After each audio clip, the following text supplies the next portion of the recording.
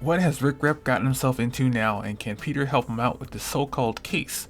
We open up with the Recollector in Peter's apartment saying that he owes him while deciding to use Peter's friend as collateral damage. Peter listens to one of Rek-Rap's stories on how he fought Kraken the Hunter and that he wanted to marry Rek-Rap. Kraken says he's not a sadist, but he isn't gonna be Mr. Rap either. Rek-Rap tells Tentacle Boy the net he was in had the strength to hold 10 tunas, but he has the strength of like 13 and breaks free. After beating Kraken, a man appears and turns into a monster, then eats Kraken. But who could that be?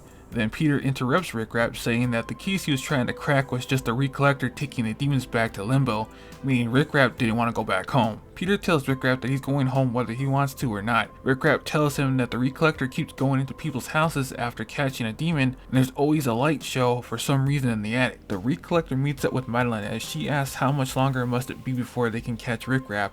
And the Recollector says not much longer as they can get info from a friend, but she says don't get your job mixed up. Rek-Rap tells Spider-Man if they are going to crack the case then they'll need to wear matching disguises, but Spidey doesn't want to because the Repo Demon is only doing its job and Rek-Rap just doesn't want to go back home. Rek-Rap brings up the flashing lights again in the attic. After that, Peter gets back to his apartment and sees that it was broken into. But then what Rek-Rap has said starts to make some sense when Randy's phone is on the floor. That maybe the Repo Demon was collecting more than he was supposed to. As the comic ends, Peter finds the Repo Demon in an attic that Rek-Rap was watching because for the Recollector, he wants the debt paid and now. So he starts to eat Spider-Man.